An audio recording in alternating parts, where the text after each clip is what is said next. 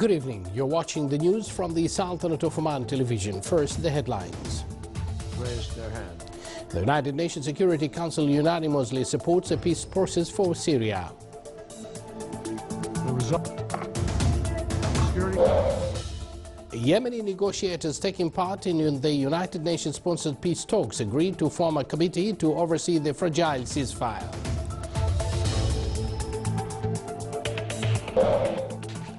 And four-member team reached the Niaba of Shasr, affiliated to Wilaya of Thimrit, on their way to cross the Arabian Desert.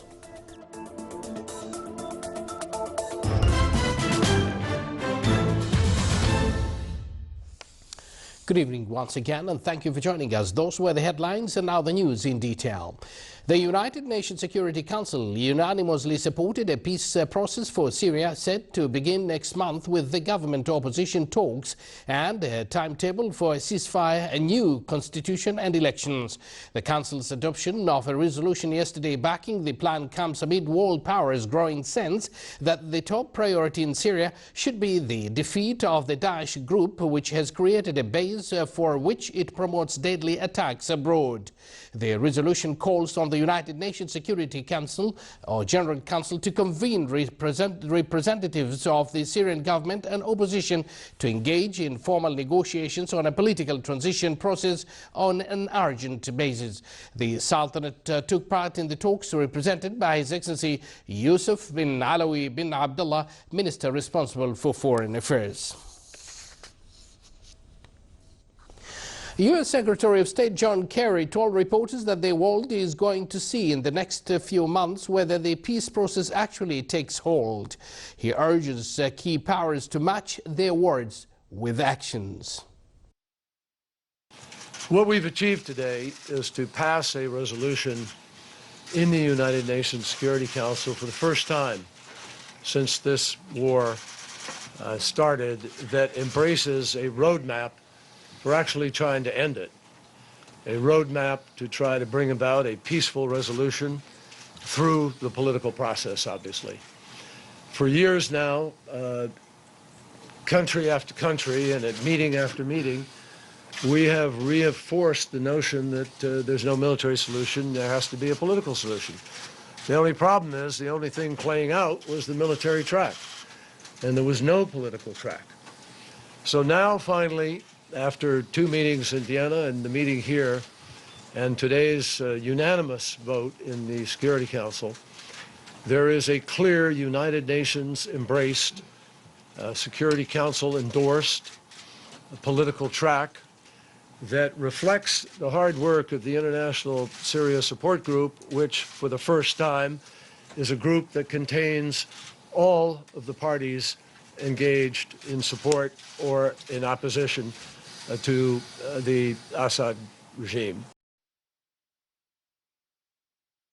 18 individuals were killed in clashes between Syrian forces and opposition militants in Latakia province, according to the Syrian Observatory for Human Rights. The observatory added that opposition militants were able to take over the strategical Noba mountain overlooking a route in Latakia after fighting between the two parties. Yemeni negotiators taking part in the United Nations-sponsored peace talks agreed today to form a committee to oversee a fragile ceasefire after fresh fighting imperiled their efforts to end Yemen's civil war. The committee would be headed by a Lebanese army general and consist of representatives from the government of Yemen's President Abdul Rabbu Mansour Hadi and from the Houthi movement. A supposed one-week truce came under strain yesterday when troops loyal to Hadi seized an important northwestern city and a military base from Houthis who still control the capital Sana'a. The United Nations Special Envoy for Yemen voiced deep concern at numerous reports of violations of the cessation of hostilities. The United Nations Special Envoy Ismail Wald Sheikh Ahmed is shuttling between the two sides to try and bridge differences. The Houthi says that they are ready to free prisoners once a permanent ceasefire is agreed. Iraq has opened an investigation into the circumstances that led to the death of 10 Iraqi soldiers in a coalition airstrike west of Baghdad. According to the Joint Operations Command, the incidents occurred when 2 coalition strikes allowed Iraqi ground forces to advance rapidly towards positions held by fighters of the Daesh group south of their stronghold of Fallujah. A third airstrike struck when the 2 sides were in close combat, resulting in casualties to both. The U.S. military would launch its own investigation into what it described as the first friendly fire incident involving the coalition since the war against Daesh group was launched last year.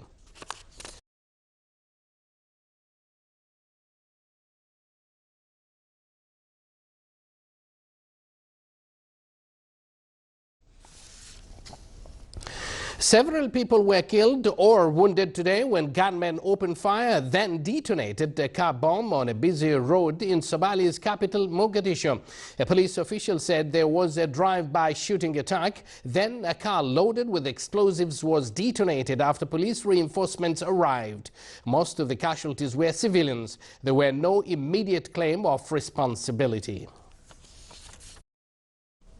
Iran will export most of its enriched uranium stockpile to Russia in the coming days as it rushes to implement a nuclear deal and secure relief from international sanctions, Tehran's nuclear chief was quoted as saying today.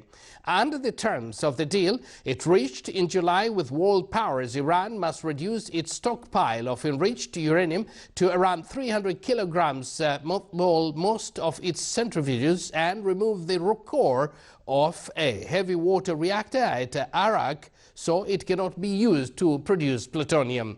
In the next few days, around 9 tons of Iran's enriched uranium will be exported to Russia. Nuclear chief Ali Akbar Salehi was quoted as saying by state news agency that is roughly the amount that Iran must export to bring its stock down to the required level. Tehran said it was working to complete their requirements in the next 2 to 3 weeks after the International Atomic Energy Agency closed its investigation of Iran's past nuclear activities.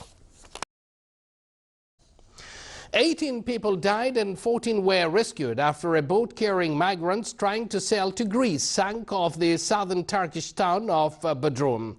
Fishermen hearing the screams of migrants alerted the Turkish Coast Guard, who picked up the bodies from the sea after the wooden boat carrying migrants from Iraq, Pakistan and Syria capsized about 3.5 kilometers off the coast. Those rescued were taken to the hospital in Bodrum, many in serious condition.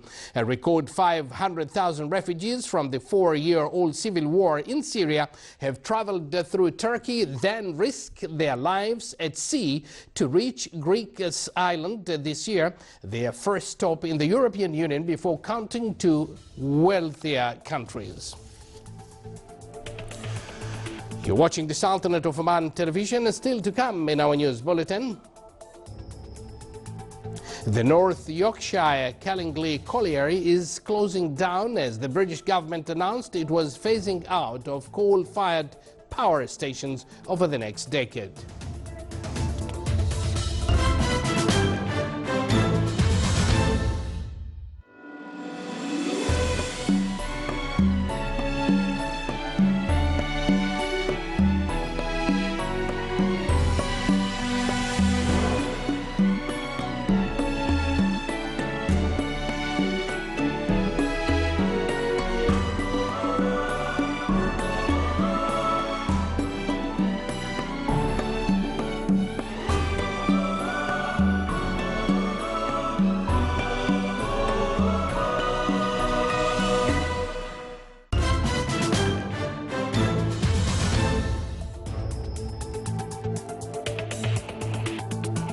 Welcome back to the news from the Sultanate of Oman television.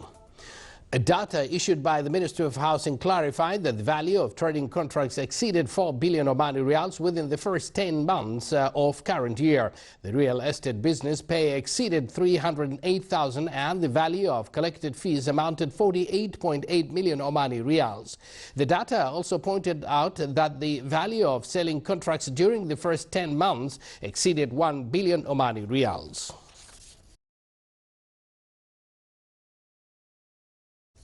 After 85 years of the historical tour of the British traveller Bertram Thomas and the Omani guide Saleh Al-Rashdi, a four-member team who will cross the Arabian desert, reached the Niaba of Shusr in the Wilayah of Thamrit. It took the four travellers 8 days to reach Shusr in their journey, which started from the city of Salalah. The team consists of the British traveller Mark Evans and three Omanis, Amr Al-Luhebi, Mohammed Al-Zidgali and Ali Al-Mashali. They were welcomed and hosted by the citizens of the Niaba. The team will cut a distance of 1,300 kilometers from Salalah to the final destination in the Qatari capital Doha, crossing through the Arabian desert. The Niaba of Shusr is considered a gateway to Arabian desert in the Kingdom of Saudi Arabia. Seeking to highlight scientific results for skills and to develop innovation talents of students in which contributed to refine their personalities towards dealing positively with life, the projects of life skills was held in the Wilayah of Shinas in the Governorate of North Al-Batina. The event was presided over by Dr. Hamid bin Musallim Al-Busaidi, Director General for Developing Curricula in the Ministry of Education. The exhibition, which organized by the Life Skills Unit at the Directorate General of Education in the Governorate of North Al-Batina, included a number of projects, namely I Build My Nation, Young Consumer and Voluntary Work.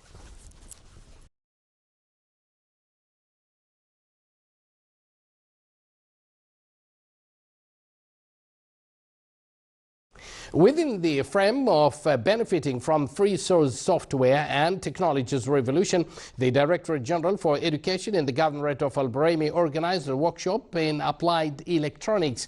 The workshop targeted more than 20 male and female teachers who supervised scientific projects and innovations at the Governorate schools. The workshop included a number of aspects, namely the mechanisms of employing sensors and electric generators, in addition to face challenges among teachers in programming a number of electricity circuits. With the participation of a number of horsemen and horse breeders in the Governorate of South Al-Sharqiyya Equestrian Club in the Wilayah of Ja'lan Bani Bu Hassan, and in cooperation with Oman Equestrian Federation, organized the annual festival for traditional horse race. The festival was presided over by His Excellency Sheikh Mohammed bin Ahmed Al-Harthi, State Advisor. The festival included various activities like Al-Arda race and traditional arts like Razha. It witnessed a wide attendance from citizens, residents, and a number of Omani photographers.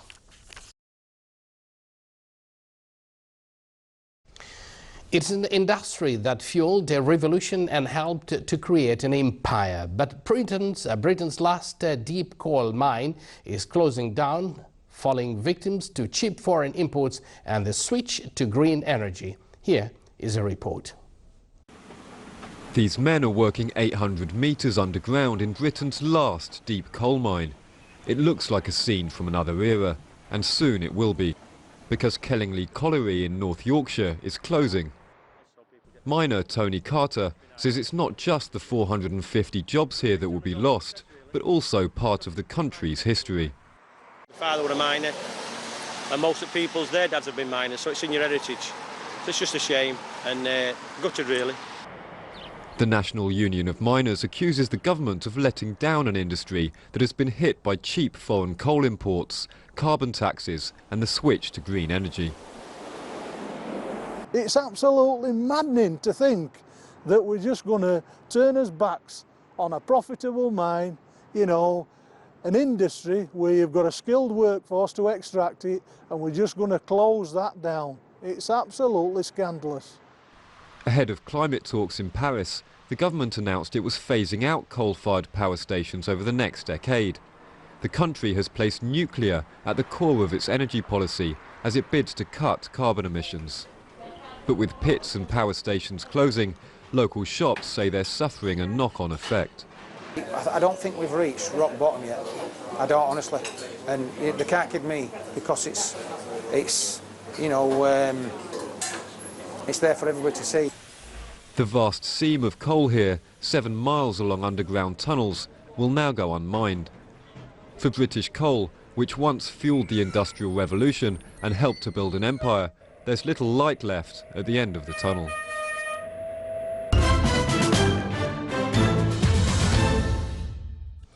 And now for the general weather forecast. Clear skies will prevail over the Sultanate with low cloud accumulation of coastal areas of Sea of Oman. Winds will be northeasterly light to moderate over the coastal areas of Sea of Oman, while it will be northerly to northwesterly light to moderate along the rest of the Sultanate. Seas along the coast of Sea of Oman will be moderate with a maximum wave height of 1.5 meters. Rest of the coast it will be slight with a maximum wave height of 1 meter.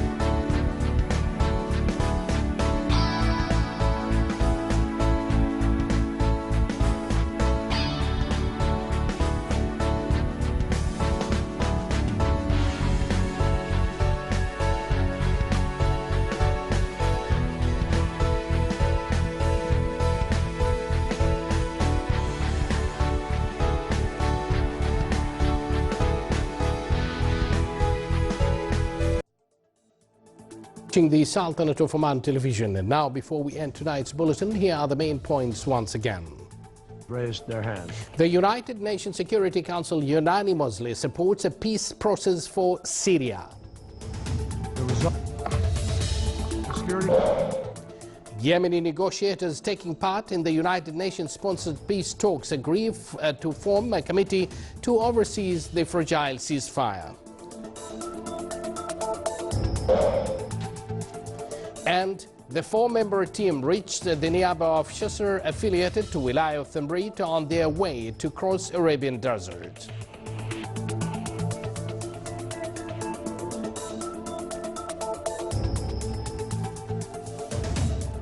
With that, we come to the end of tonight's news bulletin. From all of us here at the newsroom and the studios, it's good night.